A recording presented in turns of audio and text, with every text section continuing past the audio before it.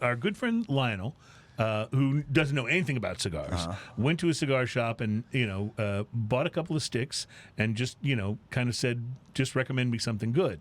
And one of the sticks he came and gave me for my birthday I'd never seen before, and that's the one I'm going to talk about a little bit today. It is it's a Bockock Brothers World Traveler Honduras Toro.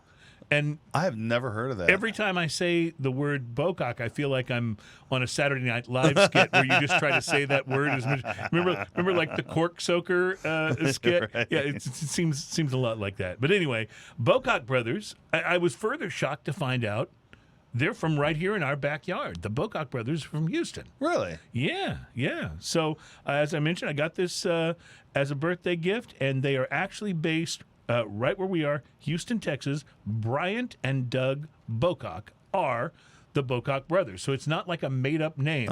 We need them on the show. When did we have them on the show? I said we need them on the show. Oh, we need them on the show. Oh, yeah, I was like, are you kidding me? No. We had them on the show and I don't remember? No, we need them on the show. I know I'm getting old, but boy. Right. So, all right. So Brian and Doug Bockock are the Bockock Brothers. It has the rooster on the cigar label, which you'll see in the photos. So Bryant apparently co-owned and managed a nightclub in Honduras for a number of years. And when that closed, he came back to the U.S. While he was there, though, they added a humidor to the bar, and it was a big success, which, we've been to Honduras, so we know tobacco is kind of a way of life there, right? But particularly cigar tobacco, because so many great cigar companies there. And in any case, when he moved back, he wanted to get into the cigar business. So he and his brother Doug started Bockock Premium Cigars, and their first offerings were something called the World Traveler. And the World Traveler is a nice-looking cigar with a really light brown wrapper and a nice blue and gold band with the you can see the rooster on it there. I see that. Yeah. Very, very nice looking cigar. The wrapper is Habano. And the binder is Sumatra, and the tobacco is from both Nicaragua and Honduras. The pre-light on it is very, very, very much a sweet hay kind of aroma. You know that sort of, we talk about barnyard, but that usually is a little more pungent. This is more of the just kind of a sweet hay, like if you're standing next to a hay bale after it has rained and it's a little dim. That sort of sweet hay smell. Anyway, there was also a hint of cedar and nuts. I used a punch, and I lit it up, got a nice volume of smoke right away, and then I got a nice sort of miniature pepper blast on the first part of it, but it wasn't too big, and then it backed off a little as I drew in on the cigar. There definitely was still pepper. In fact, pepper stayed pretty much through the whole stick, but I got a little bit of a caramel note and some other spice, like a mulling spice sort of a vibe to it.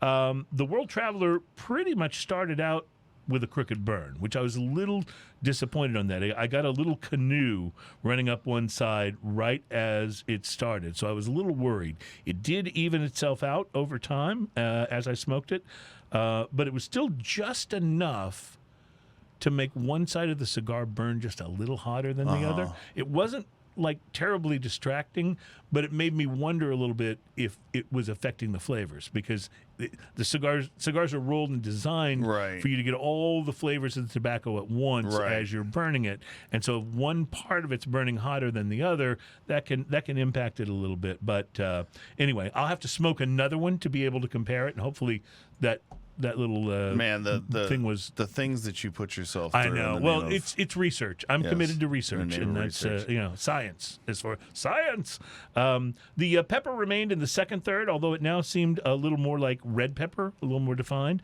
I would say that there was more caramel in the second third, and a hint of cedar that I got in the pre-light draw. I kind of picked that up now, and it was starting to be really good. The flavors evolved as it smoked, which I really liked.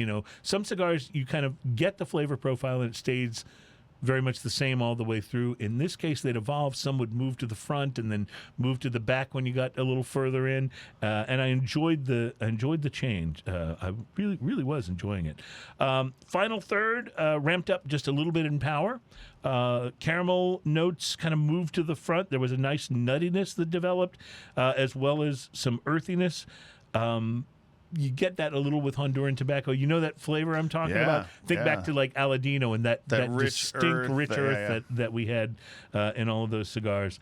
And then it also had the distinct flavor of a Caribbean roasted leek turtle soup. Fantastic. I'm just joking. I don't know what to say about that. I'm just joking about that. I just wanted to see if anybody was paying Made attention. on the east side of the island. Yeah, exactly. But anyway, forget about that. Anyway, overall, the World Traveler was just a touch more than medium-bodied. Best thing about it, I think, was the way the flavors evolved, like I mentioned, and different notes kind of coming to the front and changing as it went. It was rich, and other than the initial canoe, the construction actually seemed quite good on it. I actually did not ever touch it up, which is and like it you just were mentioning worked earlier. itself out, yeah. Right, and I won't say it went to a completely straight burn, but it was straight enough that I wasn't worried when I about get it. when I get a little bit of a crooked burn like that, I'll mentally challenge the cigar to straighten itself All right, up. buddy. You get your act together. The World Traveler Habano Toro is a $9 to $10 stick, and a nice change up for me. That said, at $10 a pop, there's an awful lot of cigars it's competing with in that price range. And so you in your head you start comparing it. Well, is this as good as the Dias de Gloria by AJ or something like that? It was good. I don't know that it scored a knockout punch, but price to quality, I'm going to give it what I call a shaky 5. Okay.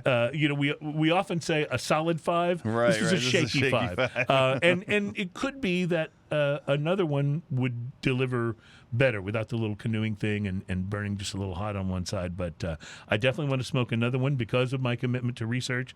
And let's just see how that goes. I enjoyed it, though, very much.